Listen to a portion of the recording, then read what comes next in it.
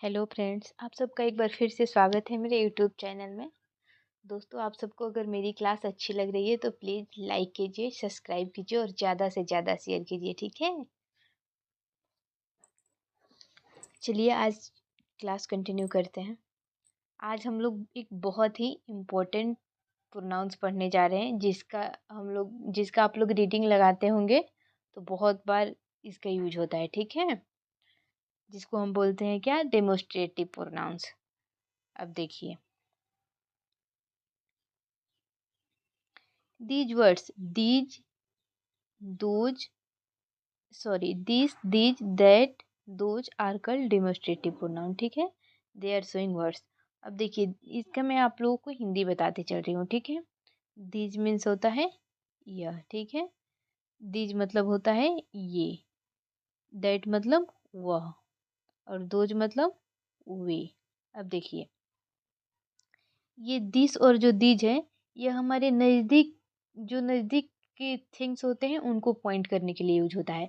और दैट और दोज क्या होते हैं, दूर के थिंग्स को पॉइंट करने के लिए होता है। जैसे मान लीजिए कि आपके पास कोई बुक रखा हुआ है तो क्या बोलिएगा, क्या बोलिएगा, दिस इज बुक। लेकिन अगर कहीं दूर रखा हुआ है, ठीक है, जहाँ आप है वहां से दूर रखा हुआ है तो क्या बोलिएगा, दैट इज बुक, ठीक है, वह बुक है। लेकिन अगर पास में है तो क्या बोलिएगा, दिस इज बुक।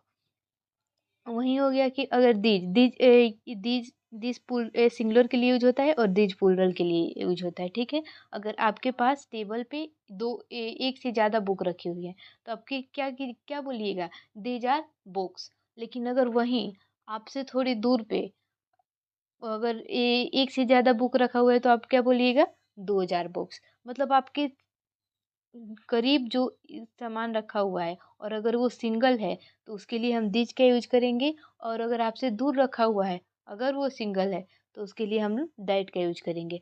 अगर आपके पास कोई सामान रखा हुआ है और वो एक से ज़्यादा है तो उसके लिए हम दिज का यूज करेंगे। और आपसे दूर रखा हुआ है और वह एक से ज़्यादा है तो उसके लिए हम दोज का यूज करेंगे, ठीक है। आई होप आप लोगों को अच्छे से समझ में आया होगा, ठीक है। आगे हम लोग एग्जाम्पल देखेंगे और अच्छे से समझ में आएगा। अब देखिए जैसे इस पिक्चर के माध्यम से हम समझते हैं, दोज आर गोट्स। अब देखिए ये क्या है, ये दूर है थोड़ा, ये लड़का के पास में ये है और ये क्या है, थोड़ी दूर है। तो ये क्या बोल रहा है, 2000 गोट्स। देख रहे हैं, इंडिकेट किया है अपने फिंगर से कि मतलब वो दूज है तो दूर के लिए और एक से ज़्यादा भी है, ठीक है। तो क्या करेंगे, 2000 गोट्स मतलब अगर दूर है रहे और एक से ज़्यादा रहे तो उसके लिए हम क्या यूज करेंगे, दो यूज करेंगे। और ये पास में है और ये भी एक से ज़्यादा है तो इसके लिए हम लोग क्या यूज किए हैं, दीज आर शिप्स। शिप मतलब ये क्या है, भेड़िया है। और हाँ, सिंगुलर और प्लुरल अगर आप लोगों को कोई दिक्कत हो तो आगे क्लास आएगा या फिर पढ़ाई हो, ध्यान नहीं। शिप का मैं यहाँ बता देती हूँ, शिप का सिंगुलर और प्लुरल सेम ही होता है, ठीक है। एक शिप रहेगी तो भी शिप और एक से ज़्यादा शिप रहेंगे तब भी शिप। और यहाँ पे गोट का सिंगुलर गोट होता है और प्लुरल एक से ज़्यादा है इसलिए गोट्स लगा है, ठीक है।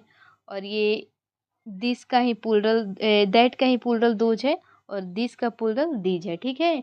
एक बार फिर से आप लोग को रिमाइंड कर देती हूँ कि अगर एक से ज़्यादा कोई भी थिंग्स रहे तो अगर वो दूर हो, ठीक है, तो उसके लिए दोज यूज करेंगे। अगर वो पास हो तो दीज।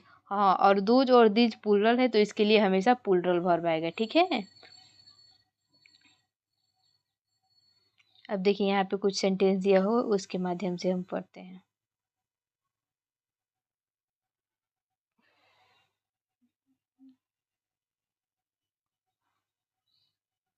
जैसे देखिए ये है, दिस इज माई हाउस, यह मेरा घर है। दिस इज अ हिल, यह एक हिल है।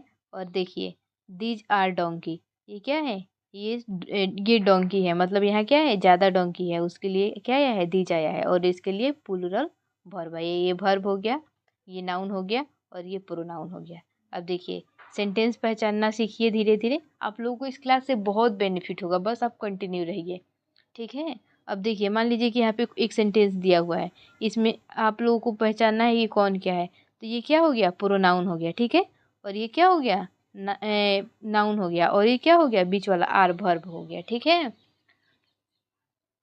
अभी आप लोग के लिए मैं एक और बहुत अच्छा क्लास लेके आने वाली हूँ, बस थोड़ा सा वेट कीजिए। अब देखिए व्हाट इज दिस, यह क्या है, ये तो लगभग सब कोई जानते हैं। अब यहाँ पे देखिए, कल बताई थी ना ये व्हाट भी प्रोनाउन है, व्हाट इज दिस, यहाँ पे व्हाट इज दिस और दिस भी प्रोनाउन है। अब देखिए डिड यू ड्रॉप दिस, क्या तुम इसे छोड़ छोड़, एक मिनट क्या हो रहा है। अब देखिए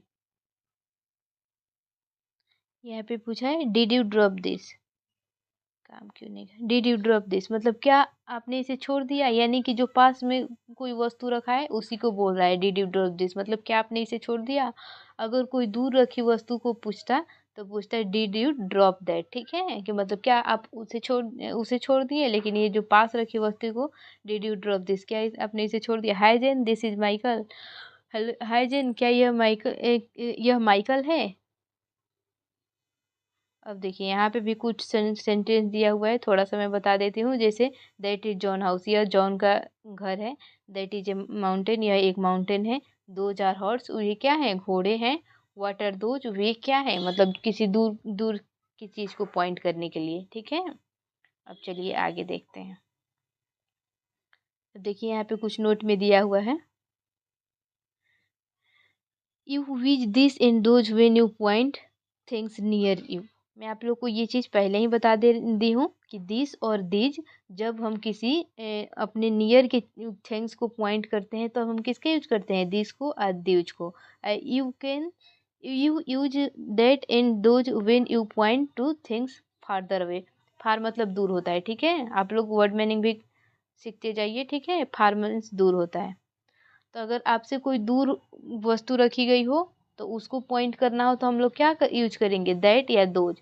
अगर कोई थिंग्स एक हो तो दैट, और एक से ज़्यादा हो तो दोज। अगर पास रखी हुई वस्तु सिंगल हो तो दिस, और पास रखी हुई वस्तु एक से ज़्यादा हो तो दीज। ठीक है, आई होप आप लोगों को अच्छे से समझ में आ रहा होगा। अब देखिए यहाँ पे और कुछ दिया हुआ है, demonstrative pronoun can be singular और प्लूरल।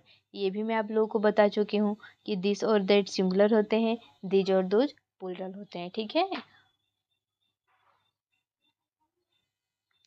आज दोस्तों आज हम लोग का ये प्रोनाउन चैप्टर खत्म हो जाएगा। कल हम लोग एडजेक्टिव पढ़ेंगे। ठीक है, कुछ एक्सरसाइज है ये हम लोग बना लेते हैं।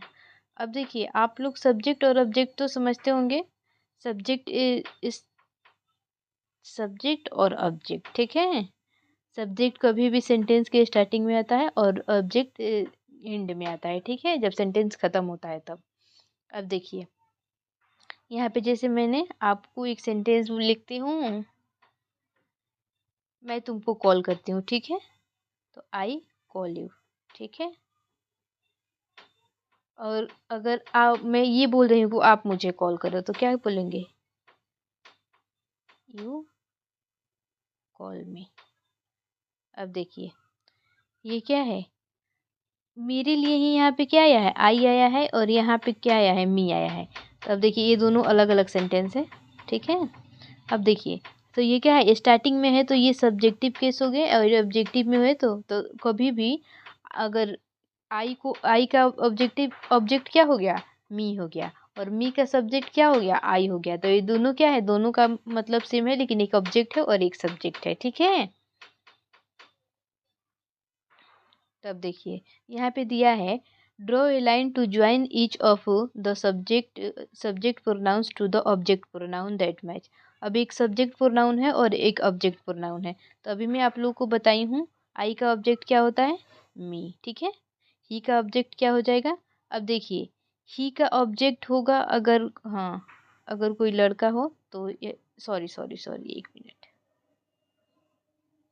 गलत टिक हो गया था। आई का हो गया मी, और सी का हो गया हर। लड़की का ऑब्जेक्ट अगर लड़की हो तो उसका ऑब्जेक्ट हर आता है। ही का हो गया हिम, इसको किधर ले चले। अब देखिए दे का हो जाएगा देम। यू का ऑब्जेक्ट यू ही रहता है। ठीक है, वी का हो जाएगा ऑस, और इट का हो जाएगा इट का इट ही रहता है। ठीक है, तो ये आप लोग मिला लीजिएगा। उसके बाद हम लोग एक्सरसाइज 2 करते हैं।